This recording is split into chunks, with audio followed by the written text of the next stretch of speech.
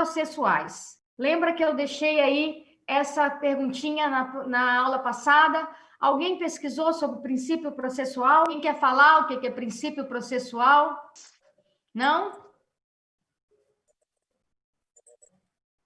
Ok. Oi? Bom dia, tudo bem? Quer falar sobre o princípio processual? Fez alguma pesquisa? Pode falar. Sim. Uhum. Não, na verdade, eu pedi para pesquisar o conceito de princípio. Eu queria que vocês entendessem o que é princípio para nós entrarmos nos princípios processuais. Isso mesmo. O princípio do contraditório e da ampla defesa, apesar eles sempre estarem juntos, assim, toda vez que a gente fala contraditório, a gente fala de ampla defesa, toda vez que a gente fala de ampla defesa, a gente fala de contraditório, eles são diferentes, tecnicamente. Rapidamente eu vou fazer aqui só a distinção dos dois. O contraditório é quando a parte é informada que existe algum documento, ou alguma acusação, ou alguma situação no processo. Então, é quando ela toma ciência daquilo. E a ampla defesa, então, quer dizer, o contraditório, ela pode ou não fazer defesa, tá? Ela vai ter ciência que tem alguma coisa contra ela. Agora, já a ampla defesa, não. Já a ampla defesa já é o momento que ela, tecnicamente, apresenta a sua defesa, tá? Então, o contraditório é aquilo que ele está, a parte, vamos supor, num processo civil, o requerido, e num processo penal, o réu, ele toma ciência que existe alguma situação contra ele, em desfavor dele, tá? Então, assim, veja bem, o contraditório é a ciência da situação, ok? Já a ampla defesa é o momento da defesa técnica. É aquele momento que ele apresenta a defesa, ele vai dizer ali que ele impugna as razões do autor e vai dizer por quê, no momento que ele apresenta documento, ele tem um prazo para isso, tanto no processo penal, quanto no processo civil, quanto no processo trabalhista, tá? Porque aqui na teoria geral do processo, nós vamos estudar processo de uma maneira ampla, tá? Nós não vamos estudar apenas processo civil, apenas processo penal e apenas processo trabalhista. Nós vamos ver a jurisdição, quando eu falo jurisdição, é o órgão estatal do Poder Judiciário de uma maneira ampla. Então, nós vamos abranger a jurisdição penal, a jurisdição civil e a jurisdição trabalhista. Então, quando o réu ele toma ciência que existe uma ação contra ele, tanto no penal quanto no civil, no trabalhista, aí ele tomou ciência daquilo, então está oportunizando, é a possibilidade dele tomar ciência daquela acusação ou daquele processo, ele está cientificando que existe uma ação contra ele. Aí é o contraditório, é quando se oportuniza, quando se dá oportunidade do réu tomar conhecimento do que aquilo que está em juízo, tá? Pode ser ali uma perícia, o juiz junta nos autos uma perícia e abre o contraditório para que as partes possam falar daquela perícia, possam manifestar daquela perícia, dizer se concordam ou não concordam com aquilo que foi produzido pela perícia. E pode ser também, num primeiro momento, quando o Ministério Público apresenta uma denúncia num processo criminal, e aí o réu, quando o juiz vai mandar citar e intimar o réu. O fato de citar é dar conhecimento para que ele possa se defender nos autos. Então, esse dar conhecimento é o contraditório, ok? Tá, mas antes disso, Kleber, nós precisamos entender o que é princípio dentro do estudo do direito processual. O que o princípio vem... nós sabemos que o direito processual ele é formado por normas e princípios. Normas, nós sabemos que é a lei escrita. o direito positivado. E princípios, o que que é? Como é que se formam os princípios? Como é que se dá origem a um princípio? Nós já conhecemos no artigo 5º da Constituição direitos e garantias que todo cidadão tem, que são princípios constitucionais que dão àquele cidadão garantias e deveres, né? Então, ali, vamos supor, nós temos no artigo 5º o princípio ali da isonomia. Todo mundo é igual perante a lei. Aquele ordenamento que é a Constituição, o artigo 5º, que fala da isonomia, ele teve alguma situação para que ele virasse norma. E essa situação que fez com que ele virasse norma foi o princípio. Então, vamos lá. Eu não sei se foi disponibilizada para vocês essa apostila, mas eu vou disponibilizar, se não foi, é por conta dessa situação dos vídeos, que eu fiquei muito apavorada lá, mas se não foi, eu vou disponibilizar. Vocês acompanham aí no vídeo? Conseguem ler? Ok. Então, lá nessa apostila, eu vou dizer o que é princípio do direito processual, tá? O processo se desenvolve obedecendo uma sequência de atos coordenados, que guardam entre si relações de dependência que são regidos pelos princípios. Então, vejam, todo ordenamento processual, ele é regido... Hã? Oi? Oi? Alguém falou comigo? Tá. Então, todo ordenamento processual, ele vem de uma norma que é regido pelo princípio. Então, vamos lá. Os princípios do direito são definidos pelos doutrinadores, tendo como uma ideia de começo, fonte, primeiras noções de determinação sobre a forma de lei, orientando um conjunto de fenômenos essenciais considerados como alicerce da ciência do direito. O Kleber muito bem explicou que princípio é aquele que dá origem, pela etimologia da palavra. É aquele que dá a origem a uma determinada coisa. É o começo, é a origem, é o princípio. Tá, continuando aqui na apostila. Na condição de regra básica, bem como de fonte de direito, os princípios se constituem na estrutura central de todo o ramo do direito. Vejam bem, guardem isso. Os princípios se constituem na estrutura central de todos os ramos do direito em um sistema jurídico. Então, tudo que é norma adveio de um princípio. A origem dele foi um princípio.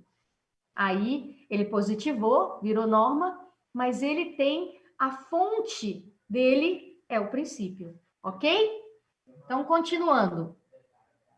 O que representa dizer que, se tratando de normas fundamentais, provendo sustentáculo estrutural ao direito, estabelecendo o comportamento a ser observado pelas relações jurídicas. Celso Bandeira de Mello formulou o conceito que contém a melhor noção, de princípio no âmbito jurídico, a saber, princípio é, por definição, mandamento nuclear de um sistema, verdadeiro alicerce de disposição fundamental que irradia sobre diferentes normas, compondo-lhe o espírito e servindo de critério para sua exata compreensão e inteligência, exatamente por definir a lógica e a racionalidade do sistema normativo, no que lhe confere a tônica e dá sentido harmônico. Complexo? A princípio, sim, mas numa segunda leitura dessa definição técnica de princípio, você consegue entender que princípio é a origem da norma. É aquilo que fez com que o direito fosse positivado. É o núcleo, é aquele que deu a origem àquela norma, no nosso caso aqui, processual. Então, veja, eu vou ler de novo. Princípio é, por definição, mandamento nuclear de um verdadeiro alicerce dele.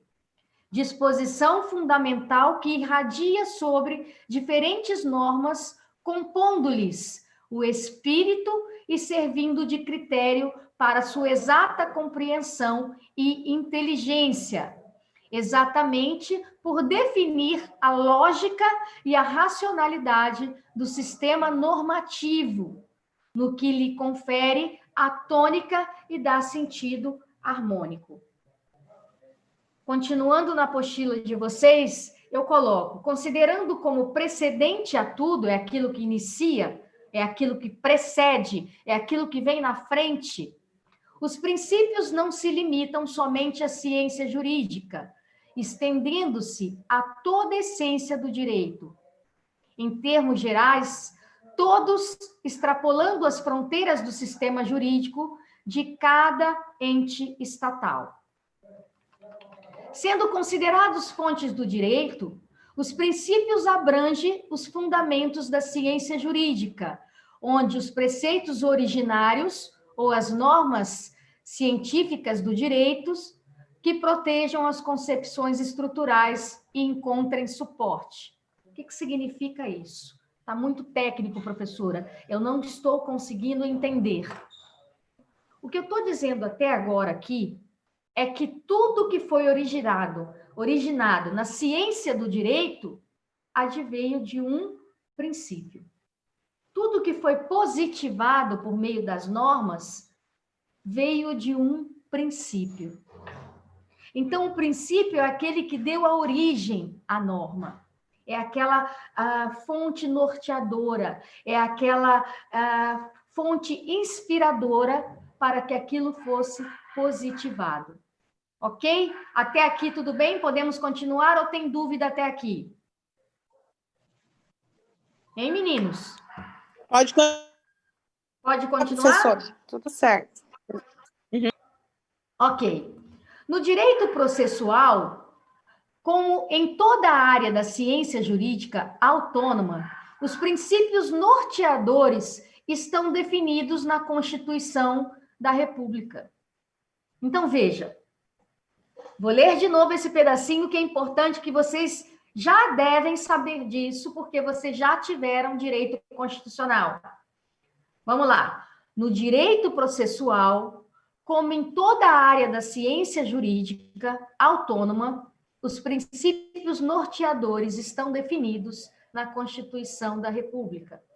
Circunstância que determina sua observância na elaboração de normas infraconstitucionais. Infraconstitucionais são leis abaixo da Constituição, ou seja, são as leis extraordinárias, são as leis federais.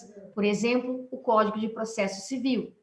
Ele é uma lei infraconstitucional. Ele é abaixo da Constituição, na pirâmide de Kelsen. Lembra da pirâmide de Kelsen? Não está lá no topo a Constituição, os tratados internacionais e pactos em que o Brasil faz parte, e logo abaixo as leis federais? Então, é isso que esse parágrafo está dizendo, tá? Que os princípios constitucionais, os princípios, eles estão na Constituição e dão origem, e dão origem às leis infraconstitucionais, ok? Na aplicação do direito processual, sob pena de violação da Constituição. Então, veja, nenhuma norma, nenhum princípio pode ir contra a Constituição Federal. Nada pode ir contra a Constituição Federal. Então, as leis ordinárias, as leis infraconstitucionais, ou seja, as leis federais, que deram a origem, por meio de um princípio, elas não podem ir contra a Constituição Federal. Vamos continuar no artigo. Esse entendimento é confirmado pela afirmação de Celso Bandeira de Mello. Violar um princípio é muito mais grave do que transgredir uma norma. A desatenção ao princípio implica ofensa não apenas a um específico mandamento obrigatório, mas todo o sistema de comandos. É mais grave a forma de ilegalidade ou inconstitucionalidade, conforme o escalão de princípios atingido, porque representa insurgência contra todo o sistema, subversão de seus valores fundamentais. Meninos, lá no artigo 5º da Constituição, ele é extenso e ele fala fundamentalmente dos princípios fundamentais, princípios e garantias fundamentais do indivíduo. Tudo que está no artigo 5º é para garantir ao indivíduo direitos e deveres. Ali foi o artigo 5º, que fala da garantia dos indivíduos, ele está de acordo com os direitos humanos que foram objeto da Carta de Direitos Humanos da ONU, do Pacto de São José da Costa Rica, onde o Brasil faz parte como... desde 92 ele faz parte do Pacto de São José da Costa Rica, que é a Convenção Americana de Direitos Humanos. Em alguns países, os direitos humanos, a Convenção de Direitos Humanos, ela está acima da Constituição. Aqui no Brasil, não. Os tratados internacionais em que o Brasil faz parte, eles estão abaixo da Constituição. Então, na pirâmide de Kelsen, está a Constituição, os tratados internacionais que falam dos direitos humanos e abaixo as leis federais, ok? Então, vamos dar continuidade aqui. Isso está ficando claro para vocês, meninos? Por que eu estou fazendo essa retrospectiva? Porque isso aí vocês já estudaram em Direito Constitucional, já estudaram em IED. Para a importância do estudo processual, nós precisamos entender que os princípios fazem parte do conceito de direito processual. Direito processual é um conjunto de princípios e normas, ou seja, precisamos entender o que é princípio para que lá na frente, quando eu falar do princípio do contraditório, como o Kleber falou, da ampla defesa, do princípio da isonomia, da dignidade da pessoa humana, do duplo grau de jurisdição, da duração razoável no processo, vocês entendam que são princípios constitucionais que deram origem a um normativo, a um comando, a uma norma, a uma normatização para que o estudo do direito processual siga. Isso está claro para vocês? Isso está ficando claro? Nós estamos falando rápido porque nós temos pouco tempo. Então, infelizmente, e acho que da semana que vem já vai consertar, porque, pelo que eu entendi, parece que o prefeito já liberou festas, então ele vai liberar faculdades. Então, eu acredito que até meados de setembro, essas aulas sejam presenciais, e aí vai ficar muito mais fácil da gente fazer esse feedback. Eu vou olhar para a carinha de vocês, eu vou ver a reação de vocês, eu vou saber se vocês estão estudando, porque isso um professor experiente sabe só de olhar para o aluno. Ok? Então, podemos seguir? Ou tem dúvidas até aqui do conceito de princípio? Porque agora sim nós vamos entrar nos princípios processuais. Tem alguma dúvida? Podemos seguir? Ninguém falou nada, porque pode, né? Então, vamos lá. O direito processual, os princípios são reputados como regras de direitos qualificadoras ou qualificadas, em torno do qual se localizam as normas jurídicas de grau inferior. Os princípios inseridos na Constituição Federal estão presentes em todo e em qualquer processo judicial, devendo ser seguido pelas partes e por todos os demais participantes da relação jurídica processual. O estudo dos princípios se torna necessário porque é por meio deles que se pode alcançar os fundamentos de cada sistema processual. Vejamos apenas os princípios gerais mais importantes ao estudo do processo. Meninos, o que eu coloquei aqui são apenas alguns dos princípios. Nós temos uma infinidade de princípios. Eu coloquei aqui os princípios mais básicos, os princípios que vocês vão ver agora com o estudo do direito processual, aqueles que vocês já têm conhecimento, já conhecem, já ouviram falar. E vamos começar por esse, para que vocês entendam a importância do princípio no estudo do direito processual. E ali ele vai casar com a norma para que o juiz, para que os operadores de direito possam trabalhar dentro do sistema processual, da relação jurídica processual, ok? Então, vamos ver alguns lá. Princípio do devido processo legal. Princípio do devido processo legal. O que isso remete a vocês? De um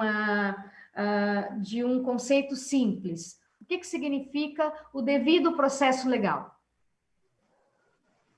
Quem pode falar? Quem quer participar da aula e quer falar o que acha que é o devido processo legal?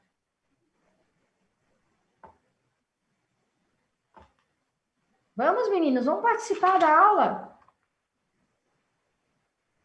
Vamos lá. Esse princípio, ele é um princípio constitucional que está lá no artigo 5º, inciso 54. Vamos dar uma lida lá no artigo 5º, inciso 54. Ninguém será privado de liberdade ou de bens sem o devido processo legal. O que significa isso? Kleber, vamos lá. O que significa isso? Vou ler de novo. Ninguém será privado de liberdade ou de bens sem o devido processo legal. Então presta atenção, Kleber. Eu estou falando do devido processo legal. É um princípio constitucional.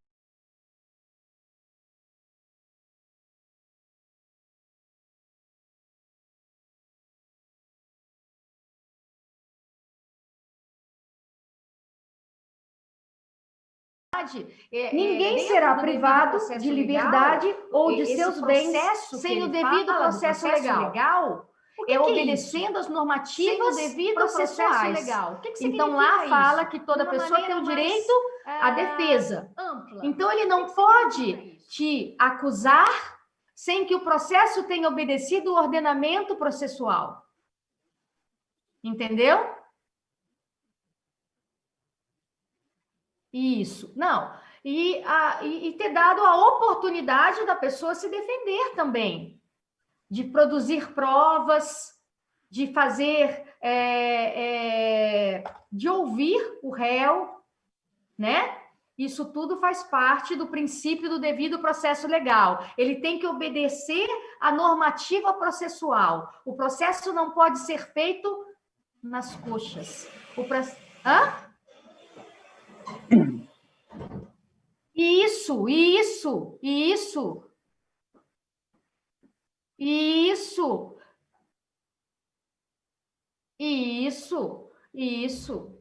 Porque nós temos o direito de propriedade. Eu tenho as minhas coisas, eu trabalhei, conquistei. Se o Estado, através do juiz, né, ele bloqueia um bem meu, eu tenho que ter a oportunidade de me defender. Pode ser uma dívida que eu já paguei.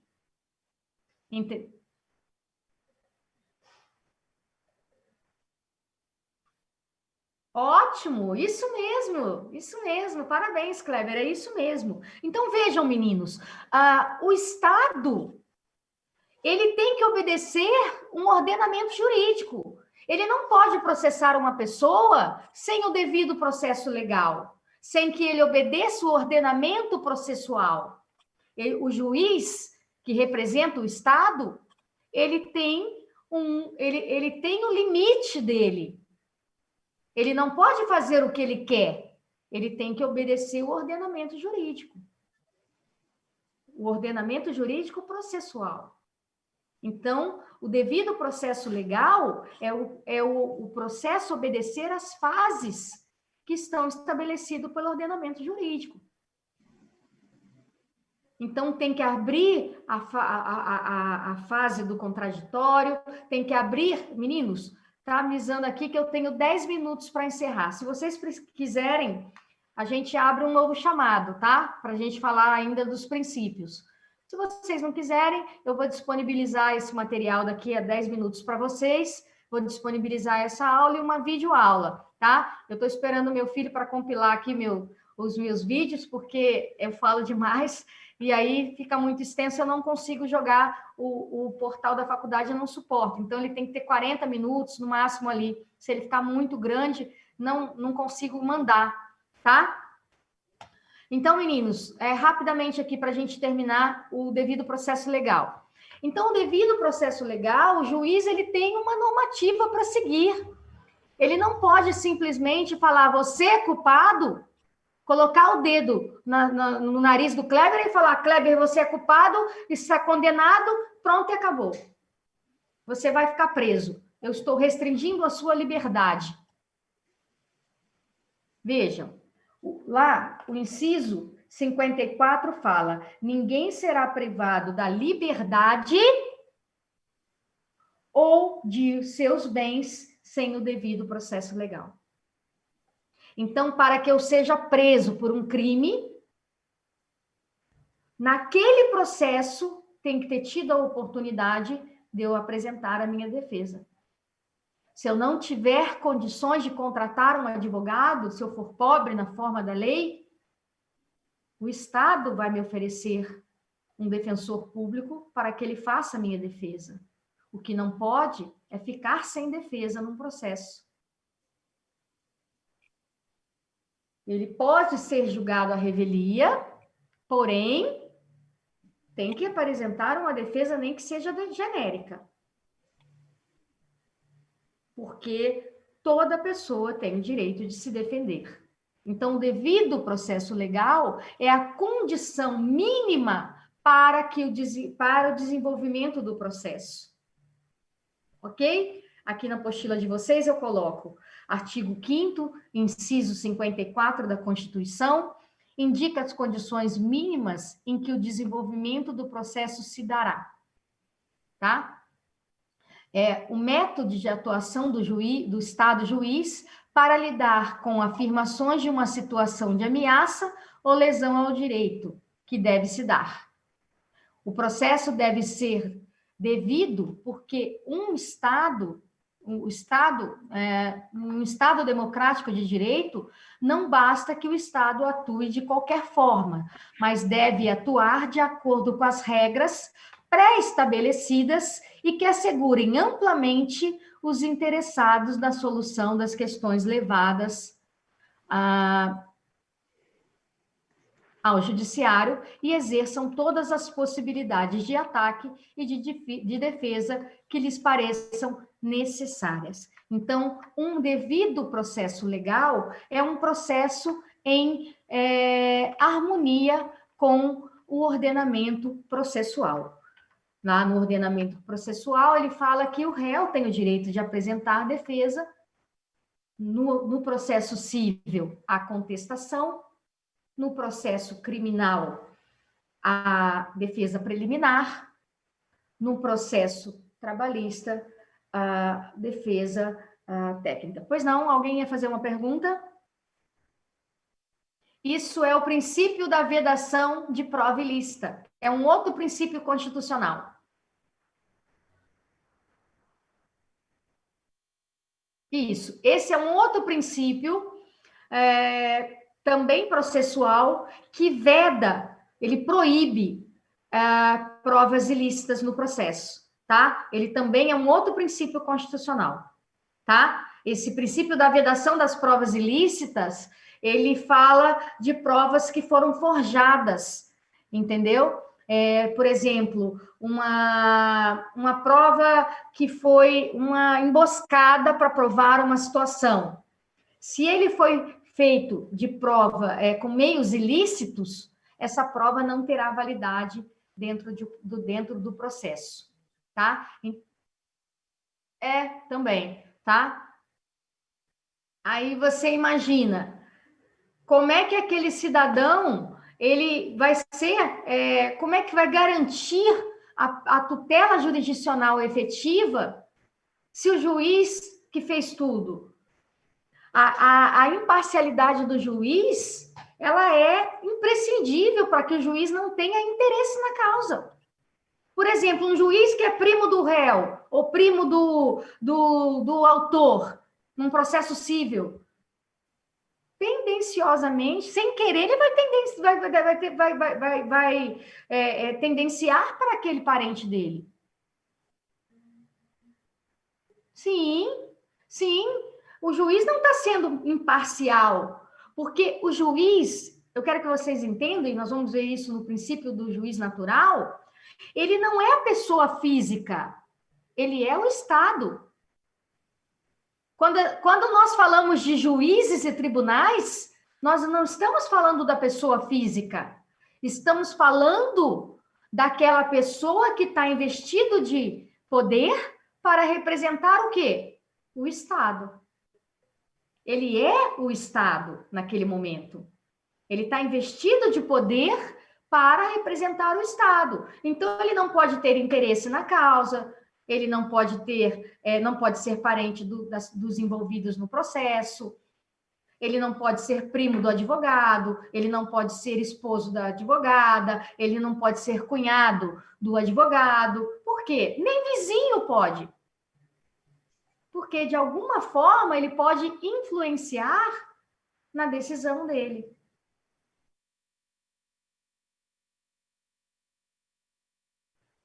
Na verdade, ele pode se dar por suspeito numa situação, que nós vamos ver isso lá nos limites do juiz, quando nós estivermos estudando os sujeitos do processo, as figuras essenciais à justiça, nós vamos estudar o magistrado, que é o juiz. E aí lá nós vamos ver os limites de atuação dele. Não é porque ele é juiz que ele pode tudo. Dentro do Código de Processo Penal, dentro do Código de Processo Civil e dentro da CLT, ele tem limites que tem que ser obedecido. Então, lá fala da suspeição e do impedimento do juiz, tá? Então, por exemplo, se o juiz é primo da parte e ele não falou nada, e o advogado do réu descobre, ele vai arguir a suspeição daquele juiz e vai provar nos autos que aquele juiz é parente da parte e ficou quietinho. Entendeu? Agora, se o juiz pega o processo e, ao pegar o processo, ele verifica que o filho dele é o advogado do processo, ele automaticamente se dá por impedido. Ele não precisa nem expor o motivo. Ele pode falar que ele se dá por impedido por motivos de foro íntimo. E tá beleza. Isso automaticamente vai ser redistribuído para um outro juiz. Por exemplo, vou te dar um exemplo prático disso. O juiz é titular da primeira vara de família e sucessões de Cuiabá. Oi? Não, mas essa aqui é rápido. Dá tempo, depois a gente volta numa outra. Eu já estou... ontem à noite eu já pedi para assinar o Zoom. E aí, na próxima aula, não vai precisar mais disso. Eu vou ter acesso ilimitado, tá? então não vai mais cair a aula na próxima aula. Eu acredito que na turma da noite, inclusive se vocês quiserem assistir, eu mando o link para vocês, que é a mesma aula, eu acredito que já vai ser uma aula corrida. Vou ver se eles já me liberam hoje, porque como eu paguei ontem, eu não sei se eles já localizaram lá, e de manhã realmente eu não tive tempo de olhar.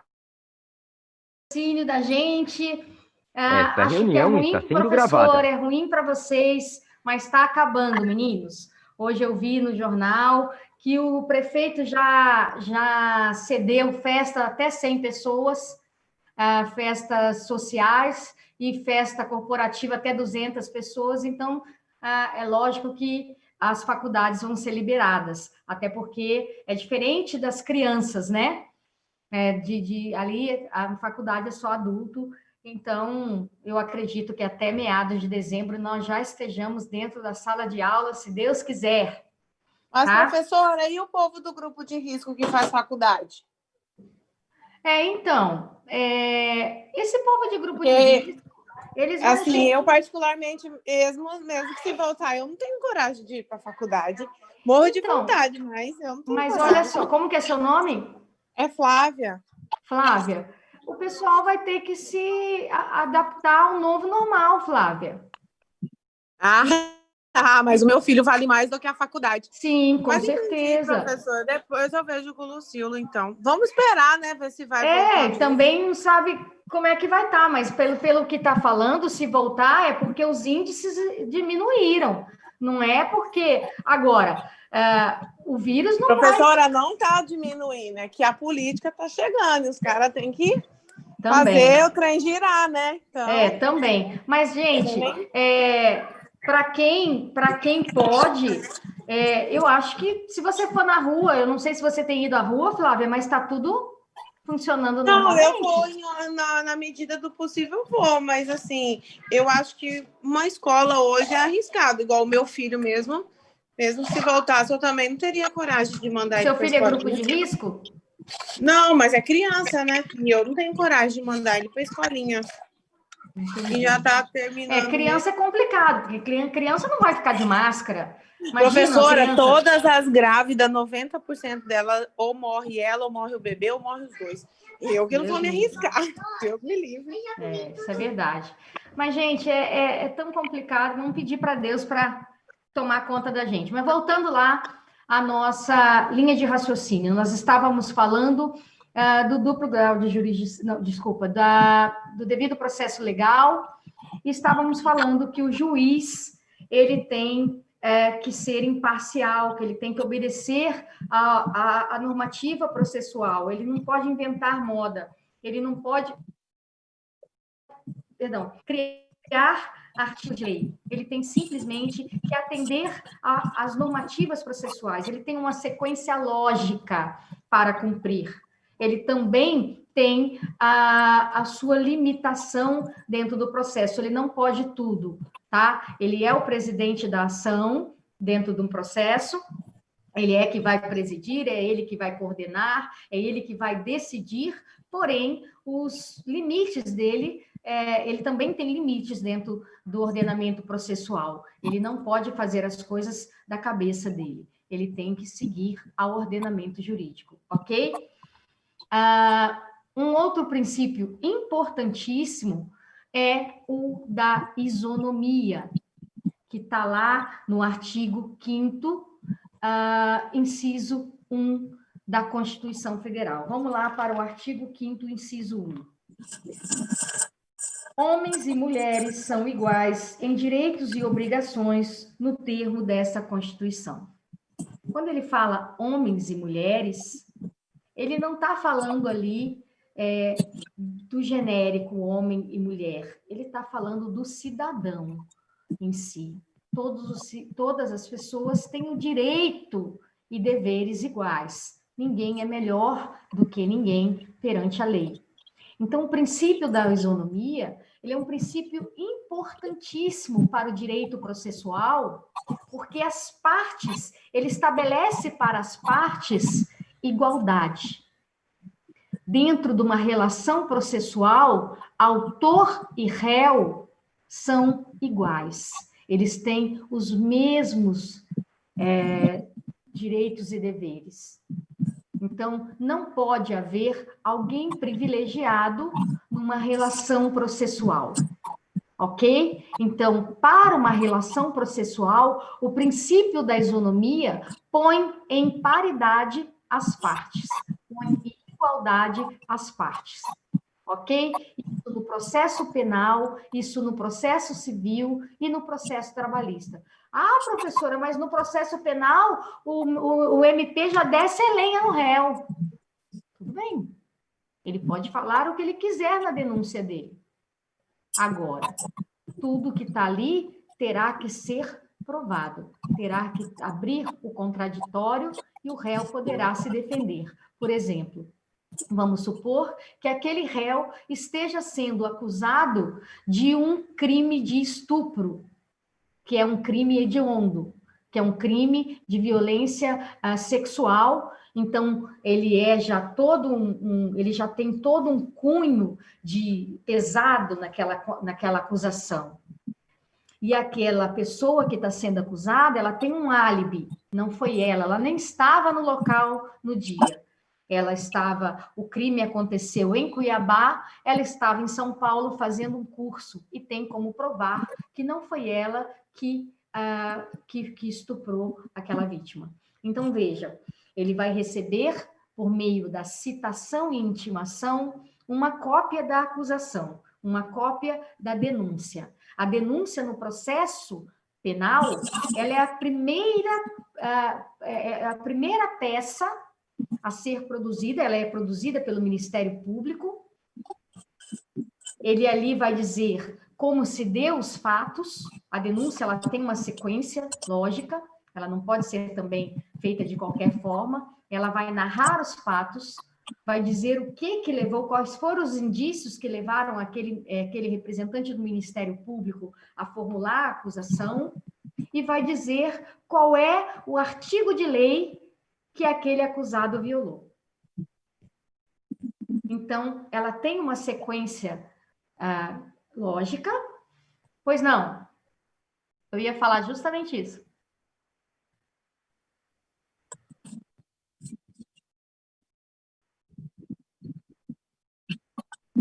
Sim, mas antes disso, quando ele toma ciência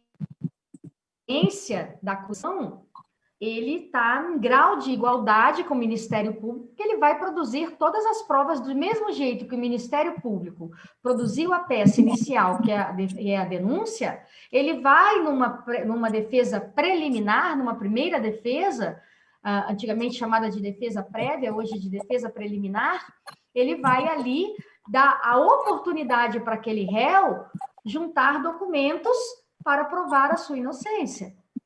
E numa preliminar,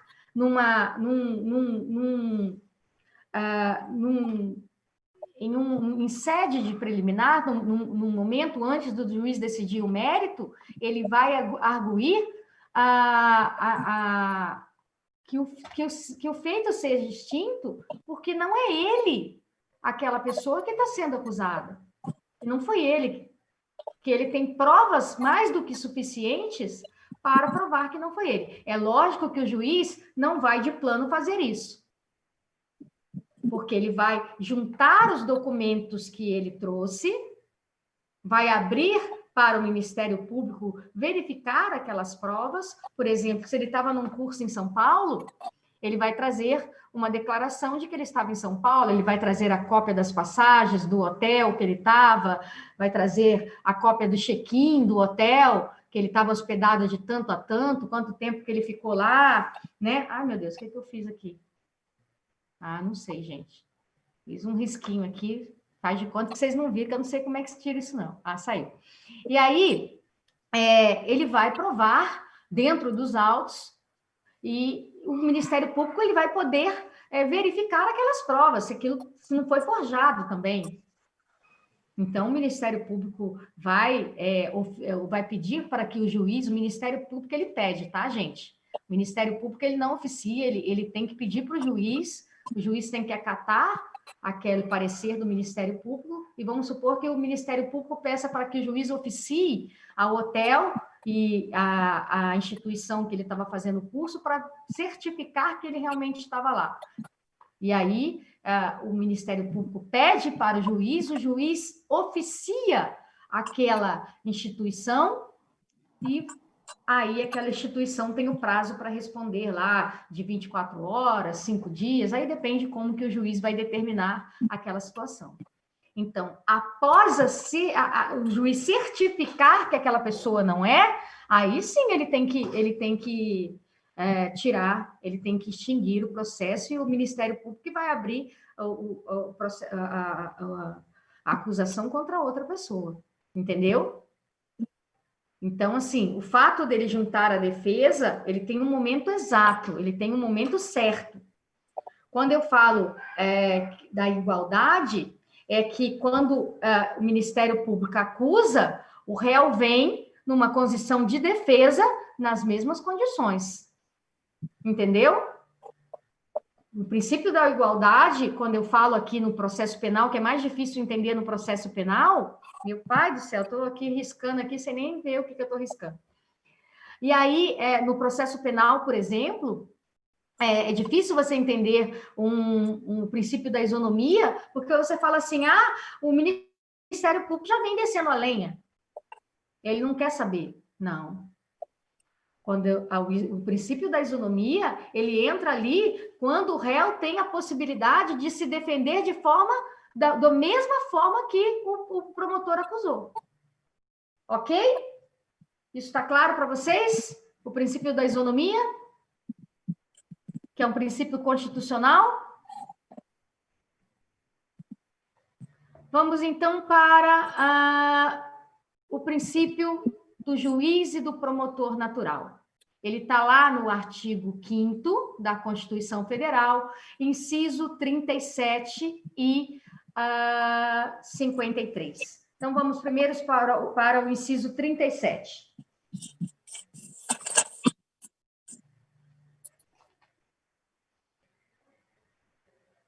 Inciso 37.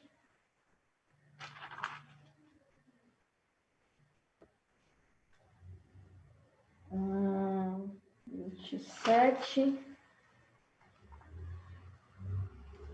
37. É reconhecida a instituição do júri como organização... É 37 mesmo? É reconhecida a instituição do júri como a organização que lhe der a lei, assegurados a plenitude de defesa, o sigilo de votação, a soberania dos veredictos, a competência para o julgamento dos crimes dolosos contra a vida.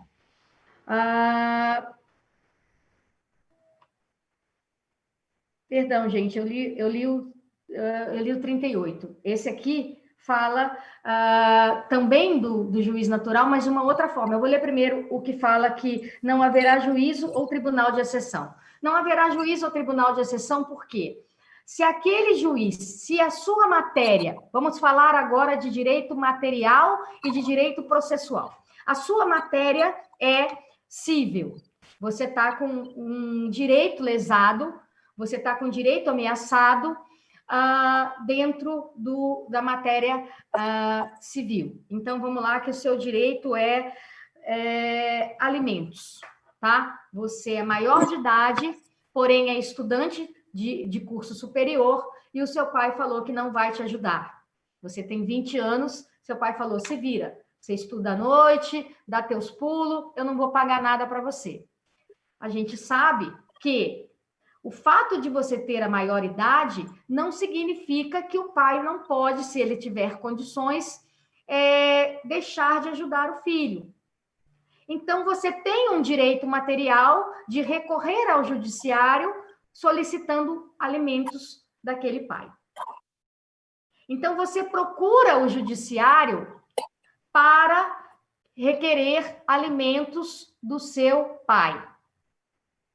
Como ele é uma matéria falando de direito de família, você vai direcionar o seu direito de ação a um juízo especializado em direito de família.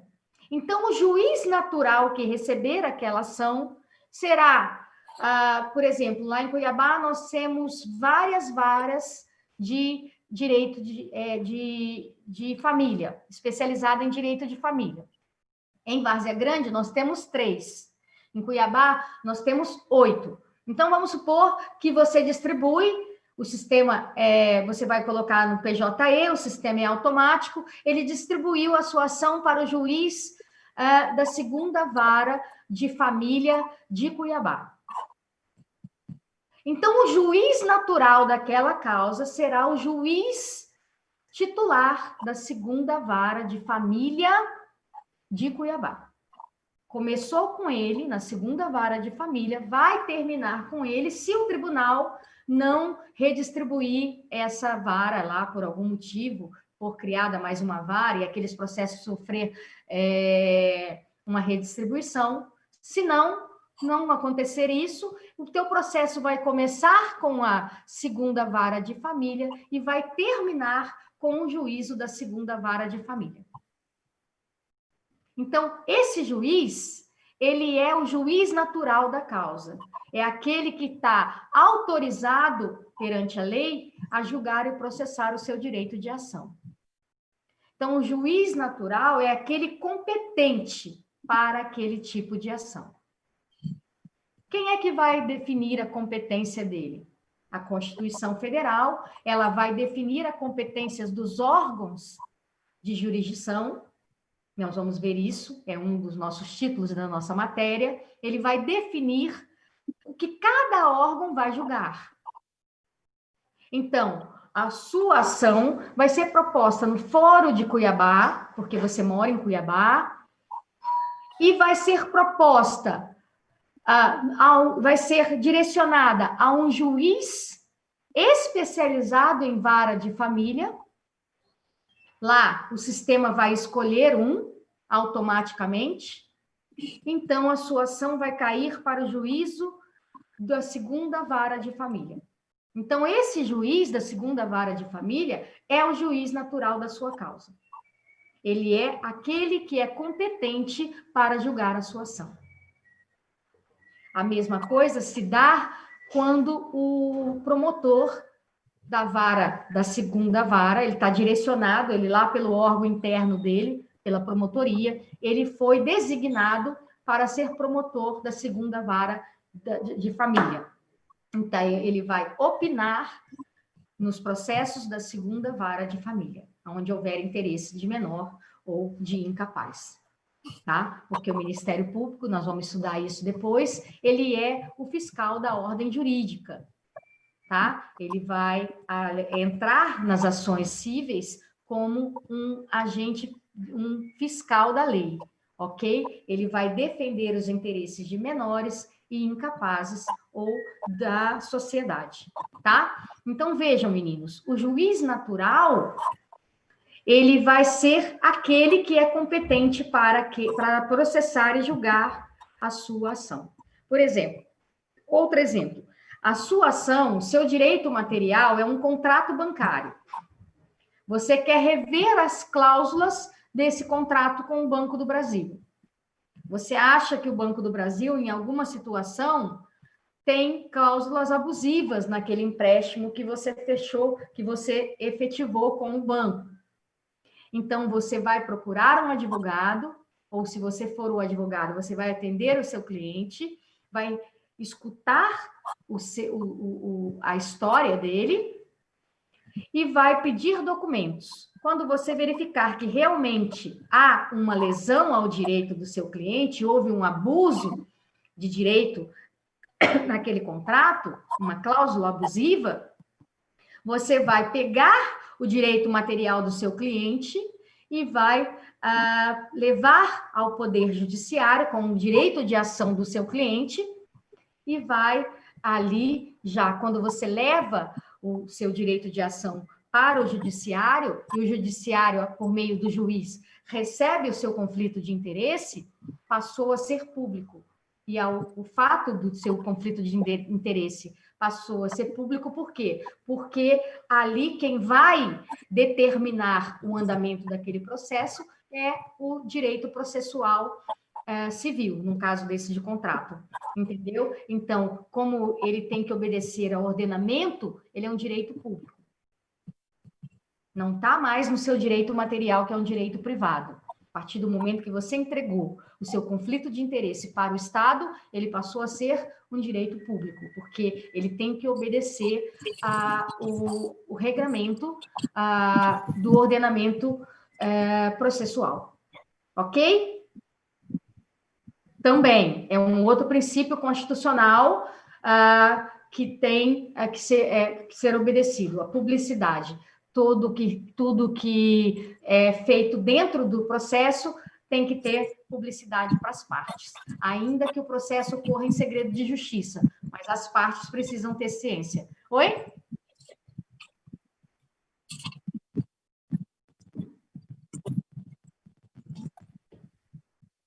Pode se não houver... por exemplo, ele não tem... ele não ofende a intimidade das partes, ele é de interesse social, e aí o juiz pode negar. Ele pode negar, tá? Por exemplo, essas ações Ararat, essas ações aí, eles têm segredo de justiça porque a imprensa vai até a secretaria tomar informação desse processo. E aí tumultua o processo. Entendeu? Então, o juiz decretou o segredo de justiça para que o processo possa andar, para que ele possa ter celeridade. Porque, senão, toda vez que alguém chegar lá no balcão do processo e pedir informação daquele processo, o serventuário tem que dar, porque o processo é público. Mas o juiz decreta o sigilo para que ele possa ter celeridade. Entendeu? Agora, quando o processo, por exemplo, versa condições de família, num processo de família, de sucessões, não interessa a ninguém, só interessa as partes. Então, ele já tem um segredo de justiça já estipulado por lei. Num processo criminal que fala da violência sexual, ele tem um sigilo por 2 motivos. Primeiro, para garantir o sigilo da vítima, né, aquela que foi abusada, e também para o réu, porque pelo princípio da inocência, até que saia o julgamento, transitado em julgado, ele é inocente. Pode ser que no final do processo o juiz entenda que ele não é o culpado, e aí ele teve toda a sociedade entendendo que ele foi o autor. Então, ele tem 2 possibilidades aí, nos processos de violência sexual, porque a sociedade, ele é repugnante pela sociedade. A sociedade, uma vez colocado lá que a imprensa divulgou que ele é o possível autor, a sociedade já condenou ele, a sociedade já achou que foi ele que estuprou, foi ele que fez, foi ele que... Entendeu? E lá no final prova que não foi ele vai ter que entrar contra o Estado, mas aí até que se prova, né, até que se faça esse julgamento e tudo, ele já teve um prejuízo muito grande para a ordem moral dele. Então, o sigilo, às vezes, ele é previsto para isso, ok? Então, meninos, o juiz natural, lá na apostila de vocês, eu coloco, é conhecido também pelo princípio da vedação dos tribunais e da exceção. Significa que a autoridade judiciária que julgará um determinado caso deverá preexistir ao fato julgado. Então, já existe aquele juízo. Ele não foi criado para julgar o seu processo. Ele já existe ali, ok? Diz respeito à identificação do juízo ao órgão jurisdicional constitucionalmente competente. Será o juiz natural aquele aquele que a Constituição Federal indicar como competente ou, quando menos, ela permitir, tá? É a mesma coisa o promotor natural, tá? A gente fala que o princípio do juiz natural e do promotor natural andam junto. Eu tinha lido aqui aquele que fala do tribunal do júri, né? Ele fala assim, não haverá juízo ou tribunal, perdão, é reconhecida a instituição do júri como a organização que lhe der a lei assegurados plenitude de defesa, o sigilo da votação, soberania dos vereditos, a competência do julgamento dos crimes dolosos contra vidas. Esse princípio constitucional aqui, ele fala que os crimes de competência, dos crimes que versam sobre o maior bem jurídico que nós temos, que é a vida, eles serão julgados pela sociedade. Ok? Então, a própria Constituição Federal que estipulou o Tribunal do Júri para julgar um crime que é de maior repercussão, que é aquele contra a vida.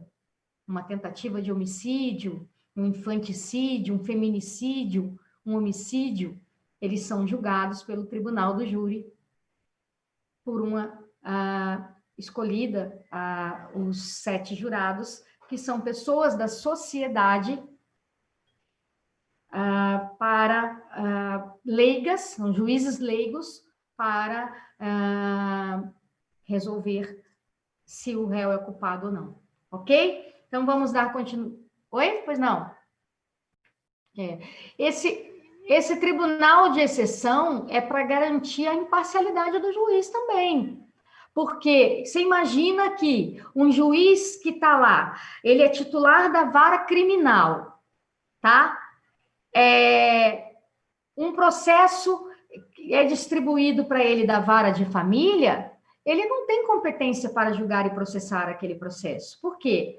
Porque ele tomou posse para ser titular da vara especializada da primeira criminal.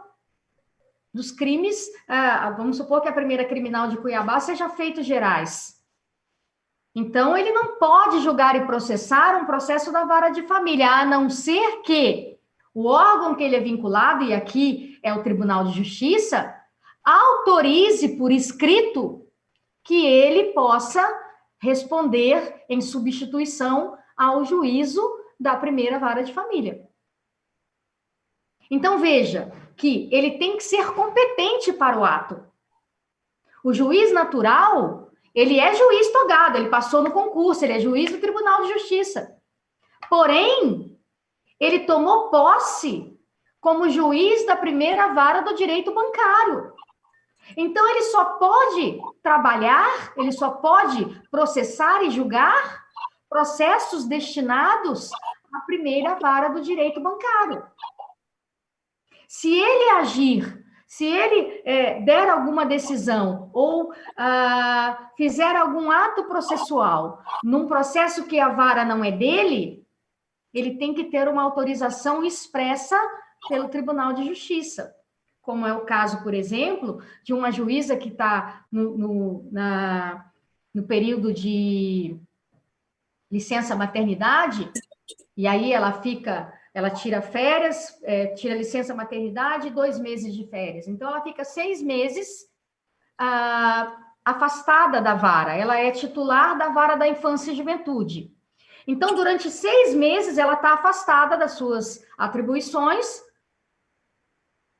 legalmente afastada, mas o tribunal tem que designar um outro juiz para responder àquela vara. Ele não pode ficar sem juiz. Então, ele vai designar um juiz que já é titular de uma outra vara para, durante aqueles 6 meses, ele vai estipular o prazo, ele vai colocar na portaria que o juiz, da data de tanto a data de tanto, ele vai estar respondendo pela vara da infância e da juventude. Aí sim, ela é uma juíza natural. Pois não. 10 minutos para eu concluir aqui. Não, aí porque tem uma diferença do latrocínio para o homicídio. O crime mais grave é o que tirou a vida. Então, por exemplo, o latrocínio, ele não é da competência, o juiz lá do feitos gerais, do crime contra o patrimônio, ele tem a competência para julgar e processar esses processos, entendeu? Não. Agora, todo crime que foi feito junto com homicídio, ele absorve para o tribunal do júri. Tá? Ele é absorvido. Só o latrocínio que não, porque o latrocínio é um tipo penal diferenciado. Entendeu? Por exemplo, um marido que entra na casa da esposa, violenta o filho e depois e mata a mulher. A mulher vai tentar defender o filho e ele mata a mulher. Ele vai para o tribunal do júri. Aí absorve tudo. Ele vai ser julgado porque o crime o crime mais grave é o do homicídio. Aí ele vai ser julgado tudo lá no tribunal do júri. Ok? Então, vejam a importância de se saber o juiz natural. Por exemplo, no plantão, você quer entrar com uma medida de urgência no plantão. Quando você vai entrar com uma medida de urgência no plantão, dependendo do tribunal dependendo do órgão da jurisdição que você vai utilizar, por exemplo, se é a Justiça Federal, porque nós vamos estudar qual é a competência da Justiça Federal, mas a competência da Justiça Federal, eu já adianto para vocês, é onde a União ou as suas autarquias ou empresas públicas, elas fazem parte do polo ou ativo ou passivo. Se tem uma empresa pública, ela tem a competência para julgar e processar essas ações é a Justiça Federal. Então, por exemplo, você vai entrar com uma ação contra a Caixa Econômica Federal, que é uma ação, que é uma empresa pública. Então, você vai propor essa sua ação na Justiça Federal, porque o órgão competente para julgar e processar ações que tem a União, as autarquias ou as empresas públicas como polo ativo ou passivo é a Justiça Federal. Então, você vai propor a sua ação, por exemplo, na Justiça Federal num plantão. E aí você vai automaticamente entrar no site da Justiça Federal, verificar qual é aquele juiz que está de plantão, ver quem é que está de plantão, e aí sim vai direcionar a sua ação para o juiz de plantão. O juiz de plantão vai receber a sua ação, vai dar o provimento que você está pedindo e vai mandar no outro dia redistribuir para o juiz natural, que aí, por exemplo, é o juiz da causa específica. Um juiz da vara de família, por exemplo. Entenderam? Se ela é uma medida de urgência distribuída no plantão, por exemplo, um pai que está fugindo, o pai que tem a guarda compartilhada e que você tomou conhecimento que está fugindo às 10 horas da noite, está indo para um voo para Foz do Iguaçu e lá ele vai fugir para o Paraguai com a criança. A parte tomou conhecimento que ele vai fugir com a criança. Então, ela entra com uma medida, ela entra com uma ação no plantão de busca e apreensão, falando que aquele pai tá fugindo com a criança. Daí o juiz ele vai dar aquela medida, o juiz de plantão vai dar aquela medida para que aquela criança, uma busca e apreensão, o oficial de plantão vai até o aeroporto, pegar aquela criança para entregar para a mãe, e aquela ação, depois que deu o provimento, ela é, no outro dia, redistribuído para o juiz natural. Aí é para um juiz especializado na vara de família. Entendeu? Isso está claro para vocês? Tá, né? Tá. Vamos falar do princípio do acesso à justiça. Ele está lá no artigo 5º, inciso 35 da Constituição, tá? Esse é o que fala que todo mundo tem o direito a ir até o Poder Judiciário, tá? Então, vamos lá para o artigo, inciso 35. É 35? 35 da Constituição. Vamos lá.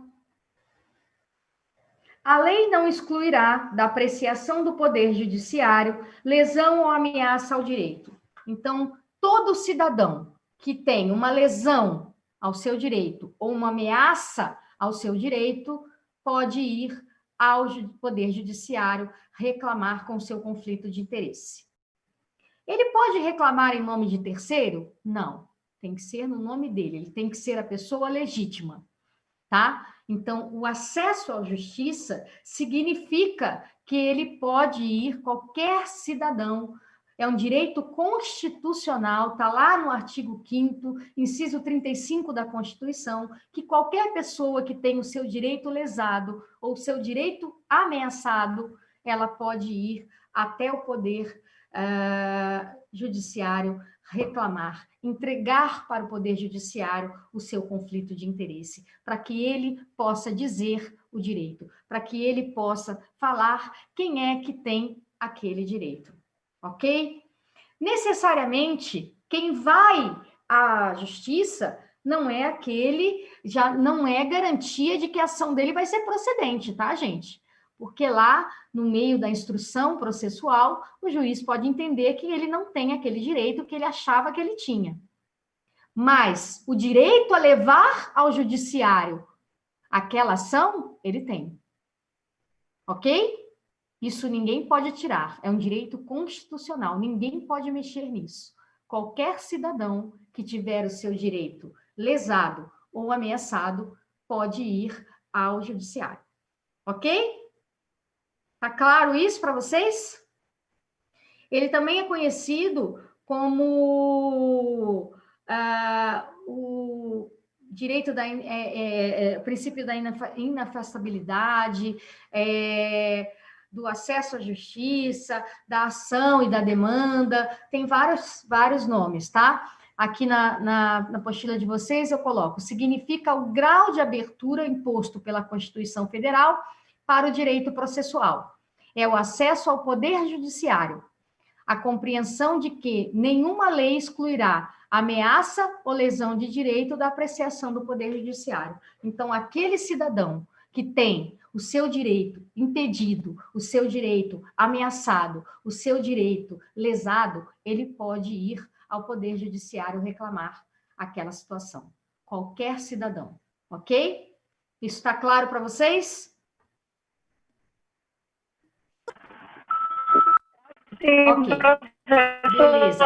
Vamos falar do princípio do contraditório da ampla defesa. Está lá no artigo 5º, inciso 55 da Constituição Federal.